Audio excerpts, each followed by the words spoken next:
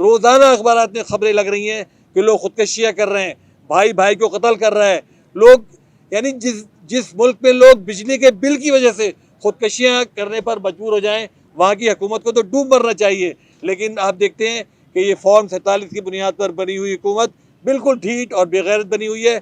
उसी को जगाने के लिए और उसी के खिलाफ जद्दोजहद करने के लिए पाकिस्तान में हाफिज़ नईमुर्रहमान साहब इस्लामाबाद में धरना दे रहे हैं। हुकूमत सिंध के बड़े बड़े दावे हैं, हुकूमत सिंध बड़े बड़े कर्जे ले रही है, कराची के नाम पर, वाटर बोर्ड के नाम पर बड़े बड़े कर्जे लिए जा रहे हैं, सिंध सॉलिड वेस्ट के लिए बड़े बड़े कर्जे लिए जा रहे हैं, क्लिक के नाम पर।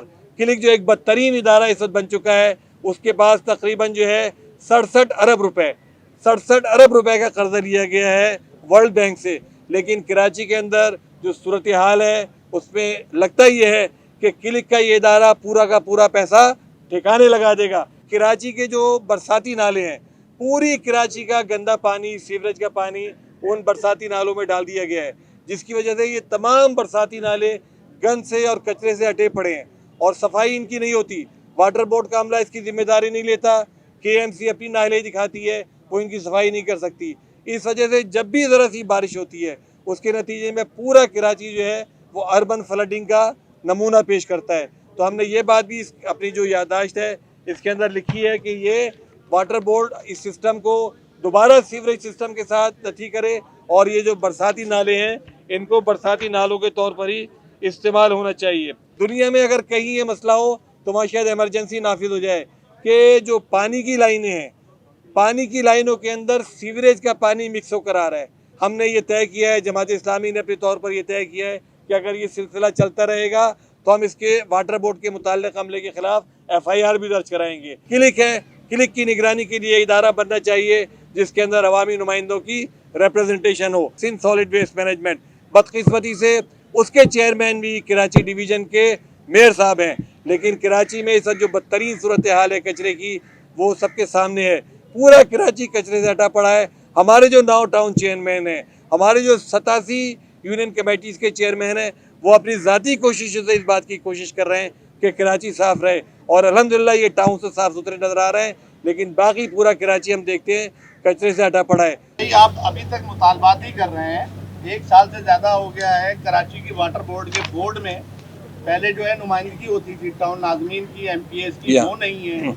ग्रीन बस सर्विस का आप हाल देख लें, उसमें एक्सटेंशन कर दिए 2 साल की और 25 में होगा।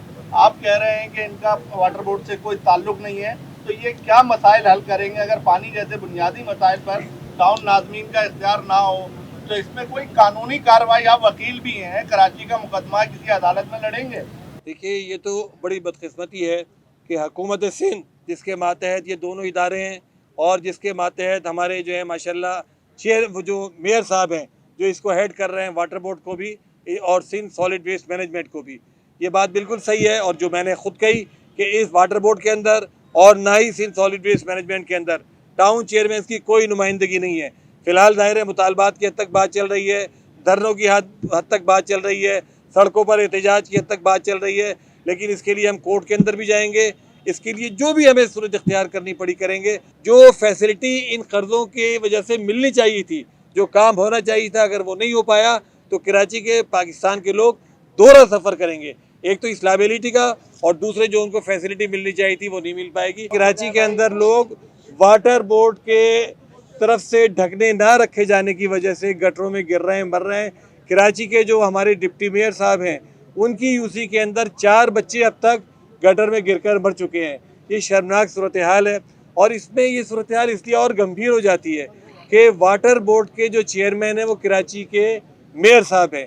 हमने जो एक बहुत बड़ा मुतालबा था 29 दिन के धरने के अंदर, उसमें हमारा एक बड़ा मुतालबा ये था कि वाटर बोर्ड का चेयरमैन कराची के मेयर को होना चाहिए। लेकिन बदकिस्मती ये हुई कि वाटर बोर्ड का चेयरमैन जिन साहब को बनना पड़ा इस वजह से कि उनको ज़बरदस्ती कराची का मेयर बना दिया गया था, तो वो इस वक्त कराची के मसाइल पर बिल्कुल तवज्जो नहीं दे पा रहे। वो गवर्नमेंट ऑफ सिंध के नुमाइंदे बने हुए हैं मेयर साहब, और वो कराची को एक एडमिनिस्ट्रेटर की तरह और एक आमिर की तरह चलाने चाह रहे हैं। वाटर बोर्ड का अमला जो है उसको टाउन और UCs के मातहत आना चाहिए। अगर वाटर बोर्ड का कराची का चेयरमैन मेयर कराची है तो निचली सतह पर जो टाउन हैं हमारे और यूनियन कमेटीज़ हमारी हैं उसके मातहत वाटर बोर्ड का अमला क्यों नहीं आता और क्यों नहीं वो उनके साथ मिलकर काम करता। वाटर बोर्ड 1.6 बिलियन डॉलर्स का कर्जा ले रहा है, 1.6 बिलियन डॉलर, जो तकरीबन 2.5 खरब रुपए बनते हैं, और उसकी वो प्लानिंग कर रहा है कि कराची में उसको वाटर एंड सीवरेज के कामों पर खर्च करेगा। लेकिन अफसोसनाक बात यह है कि उसमें ना यूसी चेयरमैन से ना टाउन चेयरमैन से इस सिलसिले में कोई कंसल्टेशन की जा रही है।